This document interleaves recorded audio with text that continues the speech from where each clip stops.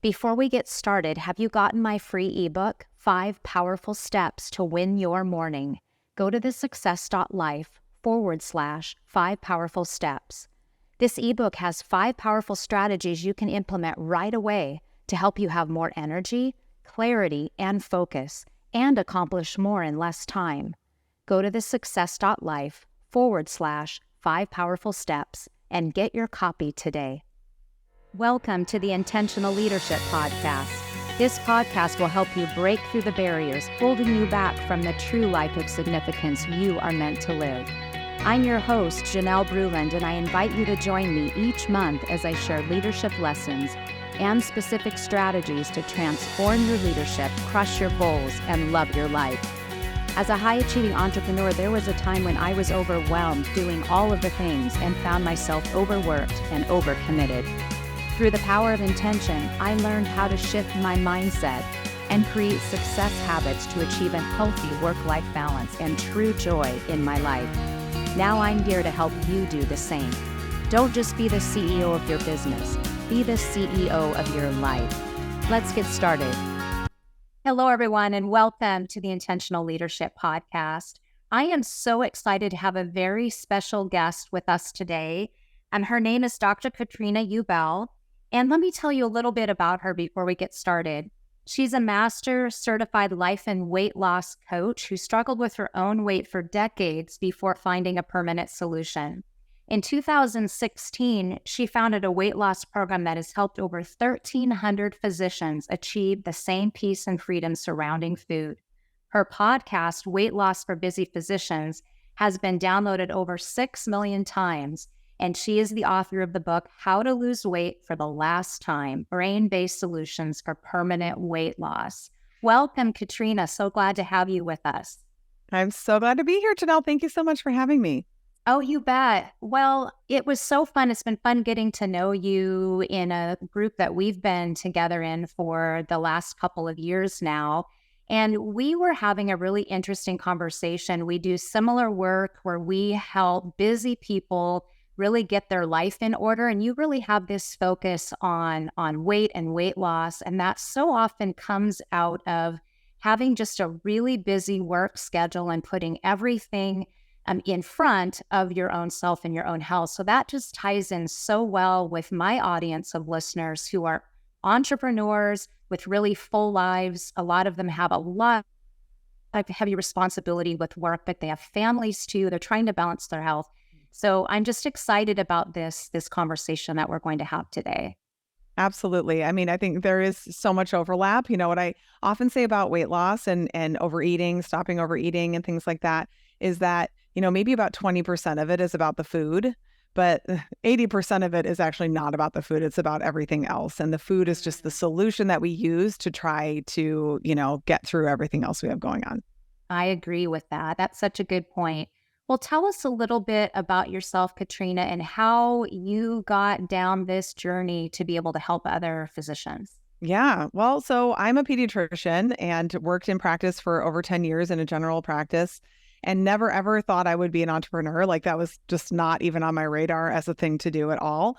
But what had been happening for me really most significantly starting in medical school was my struggle with my weight. And I think prior to that, I definitely, you know, maybe didn't always have the healthiest relationship with food, but with just like youth on my side and being more active, I was able to keep it in check.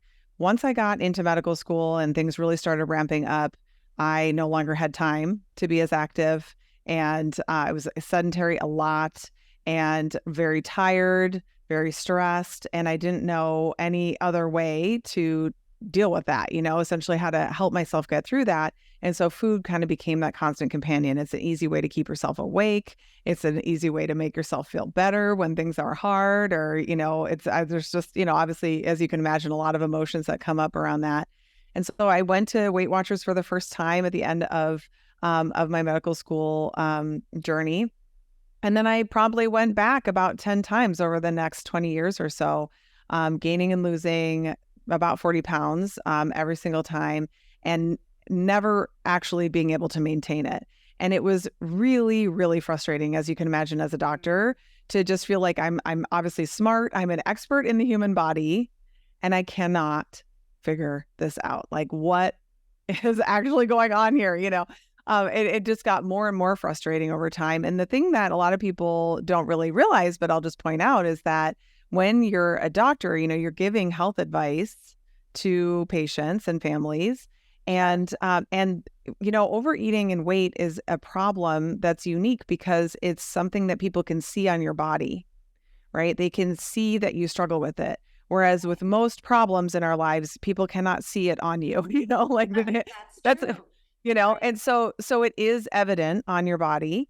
And so, and how I felt and how so many of my clients have felt when they've shared with me is this, frustration just in general of not being able to figure it out. But then besides that, an extra layer of embarrassment, humiliation, shame around being a doctor and giving people advice and clearly not following it yourself or struggling with it yourself, kind of feeling like a hypocrite or things like that. Or, some doctors have told me, they would have women come in and say, I really want to lose weight. What should I do? And they gave them advice to go to this program or this program, knowing full well that wasn't going to work for them, but they didn't know what else to say because they didn't know what worked.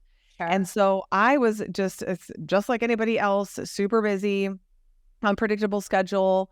At this point that I had 3 kids and, just trying to figure it out, and finally realized like, this isn't working. I have to try something different. And I tried a whole bunch of other things that didn't work. But then I landed on life coaching very randomly. I didn't even really know what it was, but I had started to realize, I think there's an emotional component to this. And I don't even really know what that means or what to do about it, but it seems like a life coach might be able to help me. And that was the thing that really changed everything for me.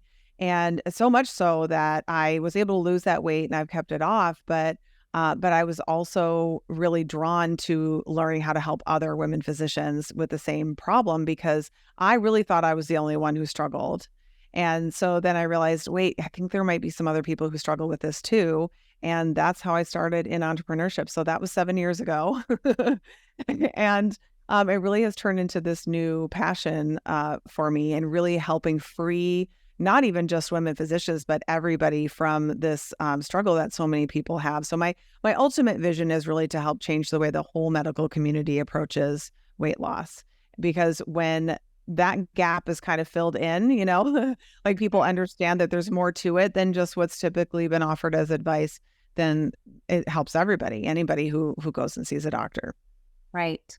Well, it's wonderful to hear that a life coach was able to help you really fill in that big picture, because I think that is often the mistake, not just with, say, an eating problem or weight problem, but really with a number of things that get people stuck, is they think it's one thing, but really you can't just put work aside from your health and health aside from your family, but we need to take this holistic approach to all of the life areas, because we need to have balance in all of that. That all has to be healthy, because Absolutely. As working with a lot of business leaders, as I'm helping them in their business, a lot of times they're stuck in some way. There's something that's holding them back. And when we really peel back the onion, there's something going on personally that they haven't dealt with. And it is that in that emotional space, in the behavioral patterns that have been just set as this ongoing, continual issue. And like you said, with the weight loss, you were able to get it off, but then it would come back on again, because you couldn't just through the willpower or some of these other methods, just eat this. You can only do that for so long. So it's not just changing this thing, it's really changing your life and your aspect. Yeah. What I often say is, if the way that you're able to get through your life is, like your emotional life, which is all of our lives are emotional lives. But like, if food is like your life ring, say you're out in the cold, ocean, and you're sitting there treading water, but you can hang on to this life ring to keep you afloat. And that life ring is food. And then you go on a diet and you pull that life ring away. Then what do you have? Yourself. You can sit there and tread water until you get tired, right? So why do we go back to overeating? Why do we grab for that ring again? Because we don't know even how to get out of the ocean and into the boat that's right next to us. We don't know how to actually give ourselves what we need, which is to get out of the ocean. So it really makes a lot of sense that when people are like, I got to get healthier and I'm going to follow this, this plan. And often when we have that kind of mentality, it's something pretty restrictive, like a really big change, not something that's necessarily super easy to follow, but we want to see quick results. We can do that for only so long. But, if you are using food to help solve for your emotions, then you have to learn another way to help yourself with your emotions. Right. I was raised by 2 German immigrants. I have an engineering background. I'm a doctor. We totally stuff our emotions. Like, I didn't know anything about this. Yeah, I know. Like, I really, honest to goodness, was like in my 40s and did not know what I was like, I don't know how to feel. I don't even know words for feelings. Like, I need someone to teach me this. And when you learn how to identify your emotions, how to process them, how to support yourself when you're having normal human emotions, then food just gets to be food, right? Like, you're not asking food to nourish you and support you and take care of your emotions. It's like, no, you've got your emotional life. You know how to support yourself over there. And then food gets to be something that tastes good in appropriate amounts, supports your body, get to have occasional pleasure from it, like extra pleasure. But also, like, in my opinion, what I always say is like, everything you should be eating should taste good to you. Like, Right. we don't need to be eating like weird diet Frankenfood type strange stuff to be, be able to lose weight and maintain it. In fact, when our food tastes good and is satisfying, we're much less likely to go and overeat other things to try to get that satisfaction that we're looking for. So I think that's the simplest way that I can describe it. Like, that's really what I help people to do. I mean, I can give some recommendations, on certain foods and ways of eating that can be more supportive. But, what I find is that, like I said, it's a real small piece of the puzzle. It's really looking at everything else. And similar to what you were saying, what I find is my clients, at the end of working with me are like, I weigh what I did in high school or at my wedding or whatever, but that's not the best part. They always say that. The best part is my marriage is better. I love my job again. I'm not burned out anymore. My relationship with my kids is so much better. All of those things. So we fix all of those things. We go and we improve all those things. And then guess what? You don't need to overeat. Right. And Exactly. then you lose weight. It's like, it's a different perspective and how to approach the problem. Oh, definitely. It's just a complete lifestyle transformation, really. You're using food for the right things, and you don't have to use Exactly. it for that life raft anymore, which is Exactly. really great. Well, you talk about a great point. When you get there, it gives you the opportunity to then really look at all of your life holistically. And no matter how well we think we have things going, we always have ways that we can improve. There's always things that we can do to improve our leadership in our life, our entrepreneurship. And as we move forward, oftentimes we'll find that there are other things. Seasons change. As we had children, they're at different ages. They need different things. There's things changing in our career, maybe in our marriage. And we had a really great conversation that ended up turning into a coaching conversation where I was able to coach you on some things that I had learned. And it kind of went a direction that I didn't expect it to go. And that was really a fun conversation. So I thought it would be really helpful to our listeners to talk about that balance between work and family and about that particular conversation. Absolutely. Absolutely. Do you want me to kind of lay the groundwork Sure. for where we were? Okay. You Well, so bet. we were just eating lunch, and it was a group of us women all sitting around eating, and I shared that my youngest child, who's 10, she had been struggling a little bit more at home, and just having kind of some and even as a pediatrician, right? We still don't always know exactly what's going on, like, sometimes crying at night and she couldn't tell us why. And when I would go out of town to travel for work, she would struggle more with, with sleeping, and was just kind of struggling, but wasn't really able to articulate what the problem was. So we were trying to kind of like racking our brains, like, what could it be? Is there something else? Like, if she could just tell us, we just really didn't know what to do next. And so, of course, I was away. I was traveling when we were having this conversation, and so I had been checking in and trying to help my husband to support from afar, and just kind of sharing about that. And at that time we were having that conversation, I think the upcoming month, I had like maybe 3 more times, trips planned, times I was going to be away.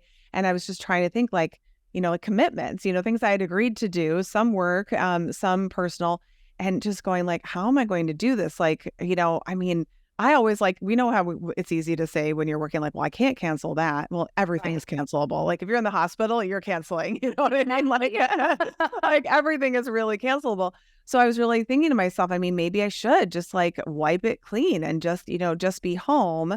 But then trying to figure that out, that balance of like, but I also have a business to run and a life as a human, and just trying to figure that out. And the majority of the kind of advice or thoughts about it were along the lines of like, she'll get used to it. Are you talking to her every day? You can FaceTime her, some things like that. Some of the ideas were like, oh, you could just bring her with you, which I actually don't think is a bad idea at all. Right. But with the things that I was going to be doing and with like the particular topics that I talk about, I don't know that they're always like real, the suitable topics for the ears of a 10-year-old girl, It's definitely more adult conversations typically, or kind of real sharing of vulnerable, subjects that might not be appropriate for her. So while that was like a decent idea, I just didn't really feel like it was probably going to work so much. And then things kind of swung around to you. And do you want to say what you said? Sure. Yeah. It was interesting because I was listening to these conversations of other entrepreneurs and especially women entrepreneurs, and it just is really the opinion that seems to be the one that society presents most, especially I think among women leaders, because there's been, over the course of so many years, as you know, we've had to really stand up and just say, we can work and have a family and we can do these things. And we fought for our place at the table and all of that. So hearing everyone saying, oh, this is good for her. It's good for her to see that, her mom's an entrepreneur and the success that she's having, and that women can go out and do this and that sort of thing. And that's all true and right if that's what you want. And I think, in my book, The Success Lie, it talks about how everyone has to define their own version of success. And so as I'm hearing all of this, I thought, well, I have a different opinion and I coach my clients in a different way. And my suggestion to you was to really stop and take a moment to think about it and what your priorities were, what your values were, and how you wanted to see your daughter go through this place in her life. Mm-hmm. And that me now having grown daughters and looking back, there are times in my own career where I wish I would have understood where the child was emotionally. I think we know a lot more about that than we did, even 10 years ago. And that those feelings are really real that your daughter's having, and to really take a look at that, because the best advice I ever got and that now I use is that conference can wait. There'll always be another conference, but there's never going to be, and this is what I said to you, there's never going to be another time where your daughter is this age and needs you in this way. In a blink of an eye, she's going to be grown up. Yeah. So don't miss this moment. Yeah. And we kind of ended the lunch there a little bit. I think you were reflecting on that. And then you came up to me like an hour later and just said that just really resonated with you and gave you something to think about. So it really did, because I think that, when we share our lived experiences, it just gives us all the perspectives, all the things to think about. Like, you don't know, obviously, my, specific daughter and that specific thing. But what you do know is what happened to you and how you approach things, and how, the word regret, I think, is sometimes kind of a tricky one, where it's like, knowing, sometimes we can look back and go, well, knowing what I know now, because I know it worked out, like I would have maybe done something differently. But at the time you didn't know, like you made the best decisions you could with the information you had. But you're still also allowed to look back and go, hey, you know what, if I had a do-over, I think, again, knowing what I know now with the perspective and knowledge and experience I have now and wisdom, I'd maybe go back and adjust that a little bit. And so if we can learn from one another in that way, I mean, incredible. And I think actually part of what I think really resonated or spoke to me in what you were saying is that it just kind of was sort of where I was drawn to anyway. It was almost like I needed someone to just be like, it's okay to do that, to kind of a little bit give me permission. Yeah. Like it's okay to just go, hey, yeah, you know what? Like, maybe you will give up some opportunities. Who knows? And you're going to be grateful that you did in the future. And I think the other reason why it really landed with me is because my oldest child is now a senior in high school. So was finishing his junior year when we first talked about this. Right. So it is almost over with him. So I know what you're saying is true. When they're 3 and it's your oldest and they're like, it'll be over before you know it. You're a little bit like, I don't know if I don't get it. Yeah. But I was like, no, you're right, because I cannot believe that it has gone so fast with him. Particularly that second kind of half of their lives feels so much faster, like infinitely faster. Definitely. And let's be honest. I mean, every child is different and stuff, but sometimes girls and moms in those early teen years, it can be a challenge. And I really felt like there was a part of me that really felt like we're building the foundation today for where we're going to be on the other end of what hope will be relatively smooth, transition right. through adolescence, but right. you never really know. But kind of thinking about it as like, I want her to always know that when she needed me, I was there for her. Right. And so what does that look like? Obviously, I can't control what she thinks. I mean, I could be there all the time and she could believe that I was never there for her. So who really knows? But I want to know for myself that I did what I could do to be there.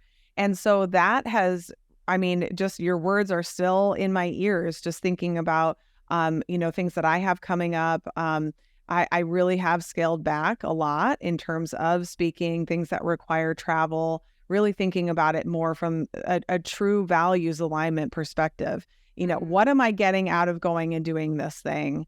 Is it worth the price that I'm paying? Because there is a cost. Yes. Now there is a cost, even if it's just like you're tired, you slept in a hotel, whatever, like no matter what you're doing, right. there's going to be a cost. And so, am I okay with what that is? And so, yeah, I just am so appreciative for you being willing to go against the grain. Sometimes it's easiest just to agree with everybody in the group, but you didn't. You said, look, I had a different experience than that. And you weren't like, and you're all wrong. You're just like, I'm just going to lay my experience here for you to think. Right. Yes, which I think is very accessible. It's easy to receive it in that format. Oh, that's good. I'm glad. And what's been interesting is I found so many clients have resonated with that. The ones who have felt, and especially men.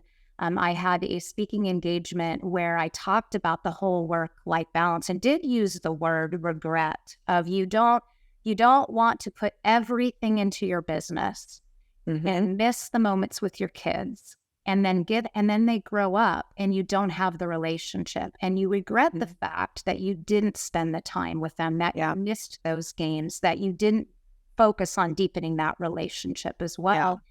And there was a gentleman that came up after one of my talks in tears and just said, I really needed to hear that because I'm making a decision in this next week and I'm changing my course of action because of what you said here today, because I want to make sure that I don't have those personal regrets.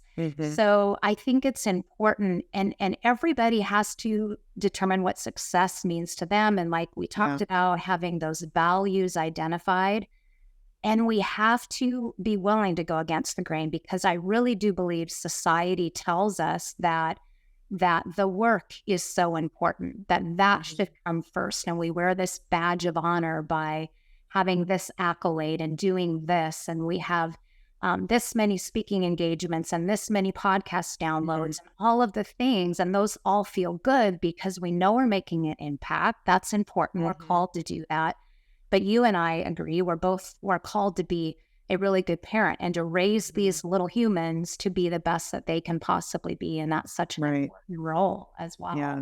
Yeah. I know people as well, doctors, in fact, where, they have like a very busy, maybe surgical background or whatever. They just, lots of emergencies, constantly gone and thinking, I'm providing for the family. I'm going to make all this money. And then when the kids are all older, we'll like use all this money and we'll all go travel together and we'll go do all these things. And then getting to that place and realizing, wait, they all have their own lives. Like, they're getting married now. They're going to, they have jobs. They can't just like come with us and do whatever we want to do, Right. and not really, it kind of feeling like, oh, I think I maybe just mixed this up. Like the priorities of that, were a little mixed up. So it's like, yeah, maybe it will impact, your bank account, like, and you have to decide if you're okay with that, like how much money do you really need? And like you said, like, how do you define success? Like, what is it that you really want? And I feel like in the 7 years I've been an entrepreneur, again, because I'm, still overall relatively new to doing that and running a business, but also really came with zero business background, never took a business class a day in my life, and never read a business book. Like it was just like the accidental entrepreneur kind of a thing, kind of joke that I came in, I was like a vacuum. I had like negative knowledge around running a business. But so there's been so much learning, and it was very easy, particularly with early mentors, that I had to focus on that revenue number and like profit and how much money, like how much money do I have and what can I do with that money?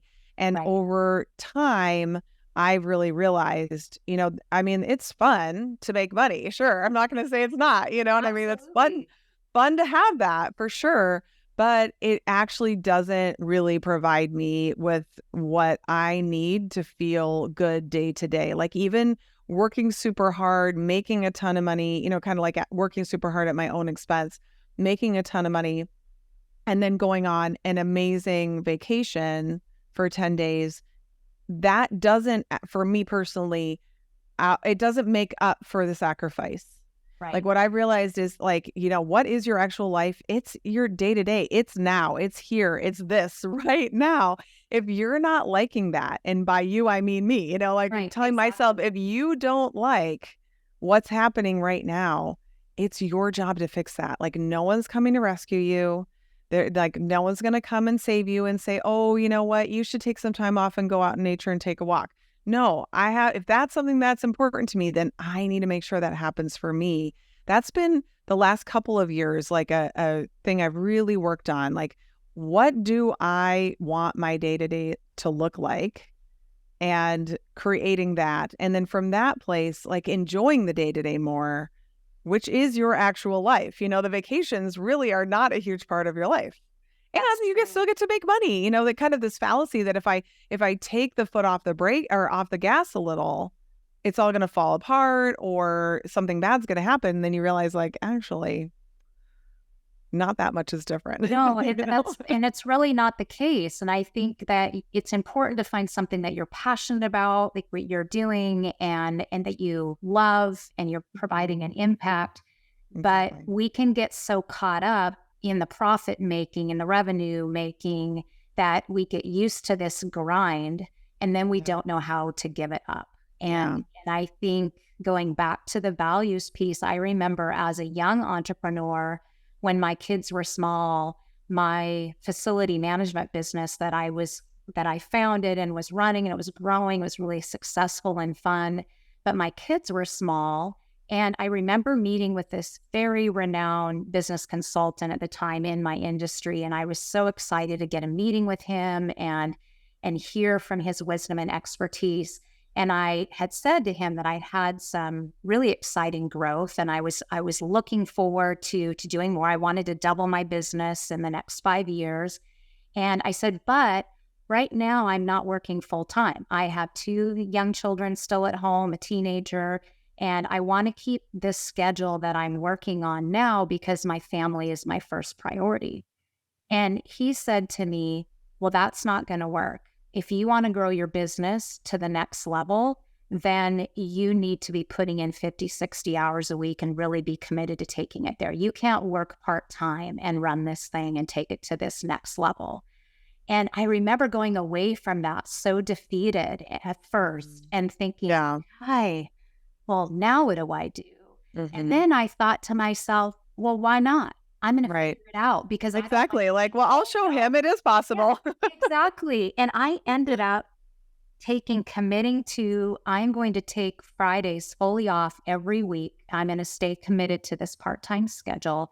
And I grew my business 120% in the next 2 years. So I had this So there you go. phenomenal growth by going exactly against the grain and what this consultant said to do, and being able to focus on the kids, keeping that priority, being at their events.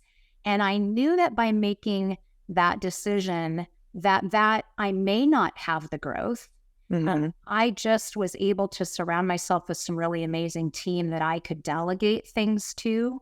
And then that allowed me to only do what I was best at and be able to help others help. And so that way I could keep my part-time schedule. So I often encourage entrepreneurs as they're growing their business and they're finding that they are just continuing to grind and grind and grind, is to look at how can you bring other people around you that can take some of these things off of you so that you can maintain a schedule that's still that enjoyable schedule and one that you can be with your family. Absolutely. I think, I mean, for sure, doing that is really good. And I just want to give a little addendum to that because it's been an interesting experience in my business recently. I always wrote all of our copy for everything for many, many years. And then we thought, you know what, I shouldn't have to do this. And so we have, over the last several years, tried to find a copywriter, like somebody who could really write very well, like in the brand voice, which is essentially my voice, but like it's not like very fancy stuff or anything, like technical or anything like that. And just, even after devoting a lot of time, energy, onboarding, training, all that, just really not being able to get there at all. So several months ago, I was like, you know what, this editing of other people's, work that's so subpar is so draining for me. I dread it. I hate every minute of it, to the point where I feel like I end up kind of accepting mediocre work because I'm so done trying to help them to make it better. Like I could have written it myself so much faster.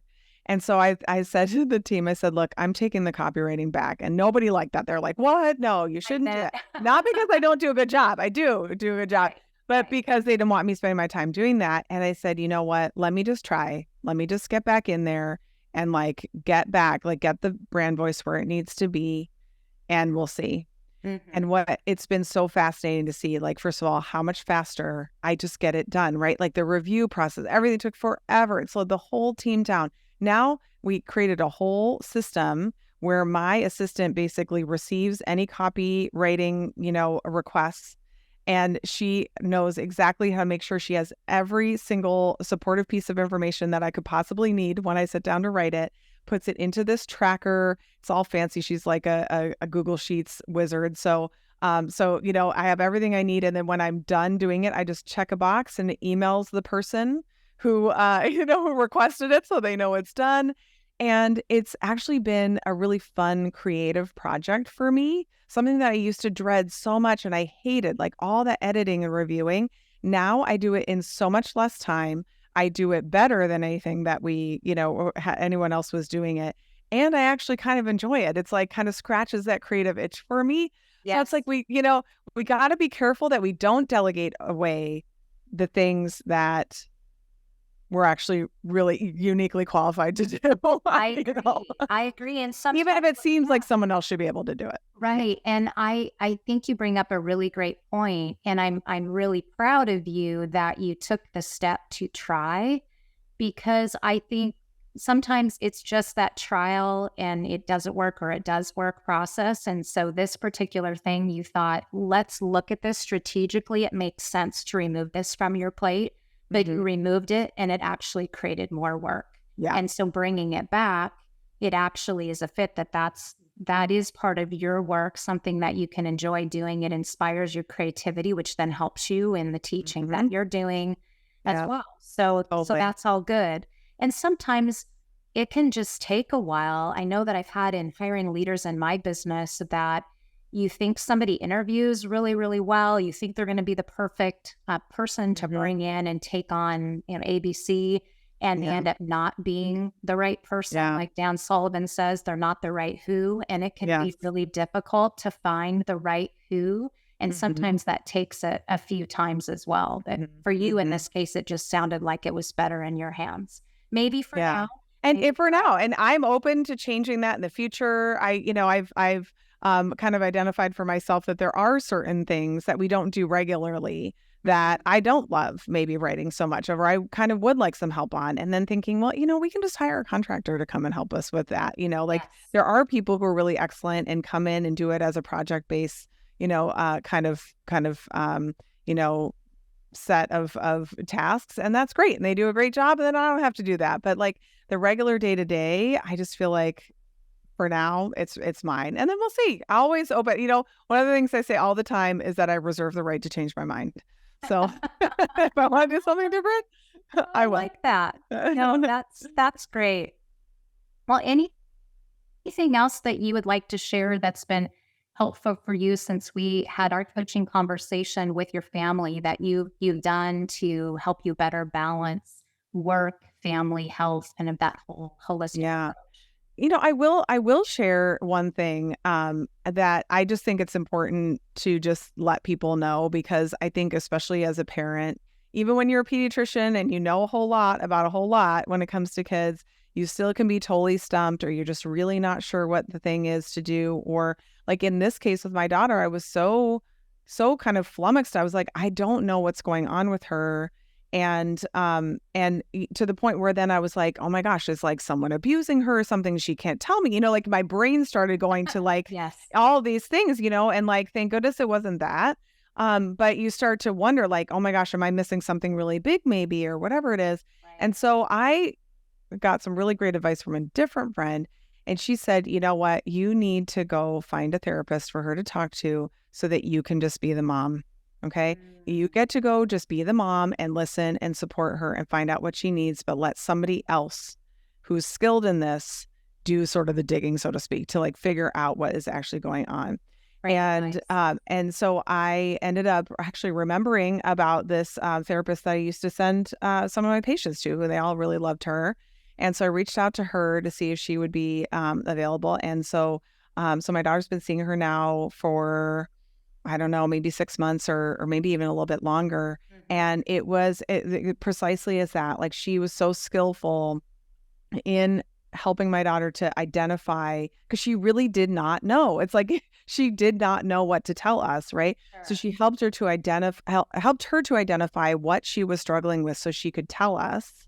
And then she also needed a lot more education on emotions and what they mean and how to interpret them and language surrounding that.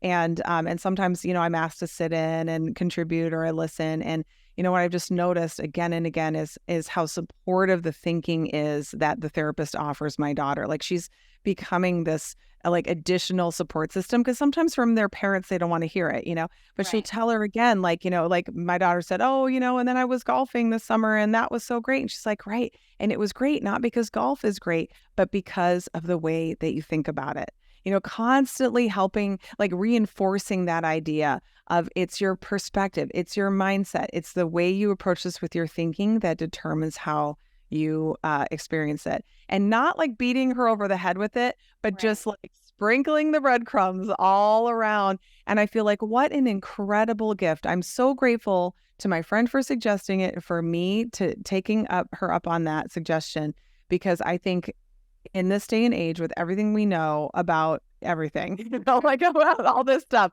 like, why would we not want to help a young person who is struggling to do better? And I know a lot of people get, concerned, they're going to want to do medications or all these other things. But if you know what you're looking for and you find, a therapist or counselor or somebody who is in alignment, with you in terms of what you're looking for, I think it really can be just an incredible gift to the child, but then also to yourself. Like, I feel like I am so much better equipped in understanding what the things are that are difficult for her, so sure. I can help her. And then how you can support it. How I can support her, exactly, versus me just trying to rack my brain. What could it be? Haphazardly, willy-nilly, trying this, trying that, never following through on things.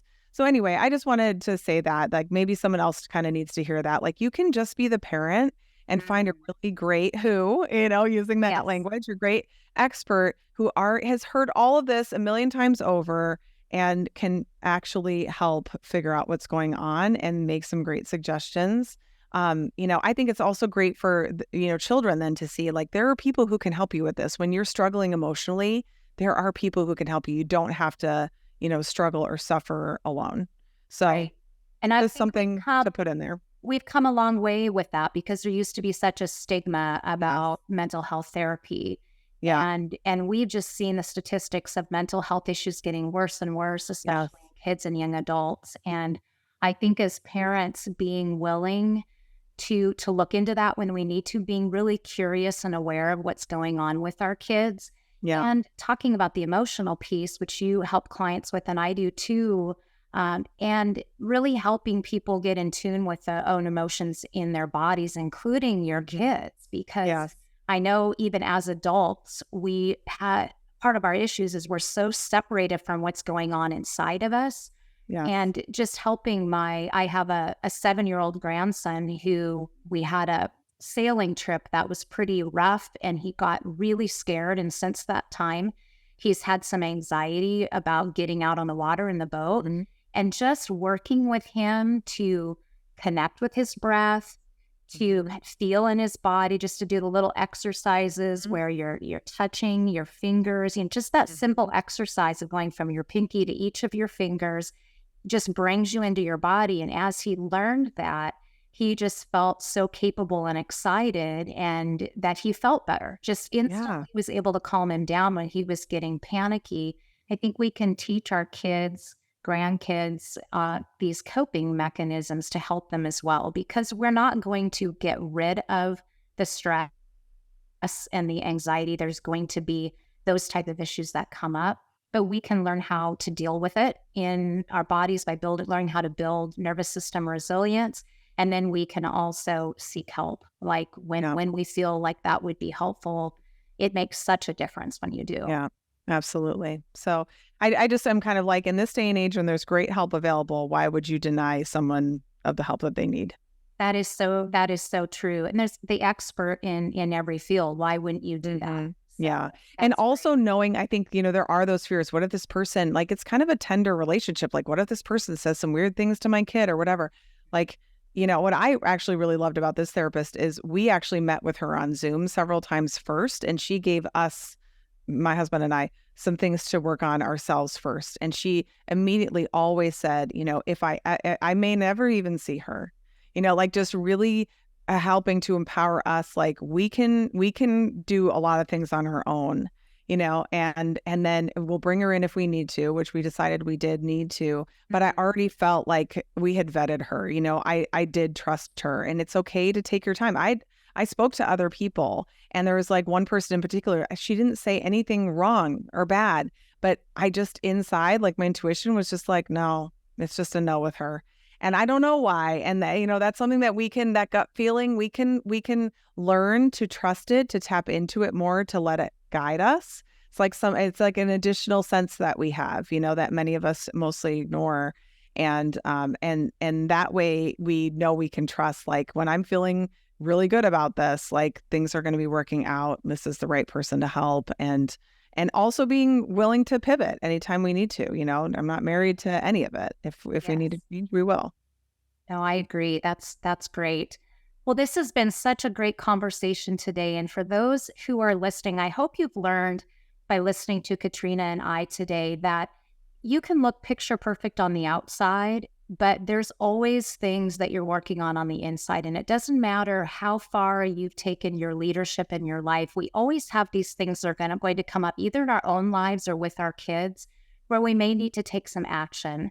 And you can give yourself permission to do that. So we hope that we've shared that with you today, that that's okay, that you can look at your own values and what's important to you, get really great advice, seek expert help. But at the end of the day, really look within your own heart, what your own values are, and follow those instincts, because they're generally right. Absolutely. Totally agree. Wonderful. Well, good. Thank you so much for your time, Katrina. It's been really fun to have you, and we look forward to having another conversation. Awesome. Thank you so much, Janelle. Thanks for the opportunity. Thank you for joining the Intentional Leadership Podcast.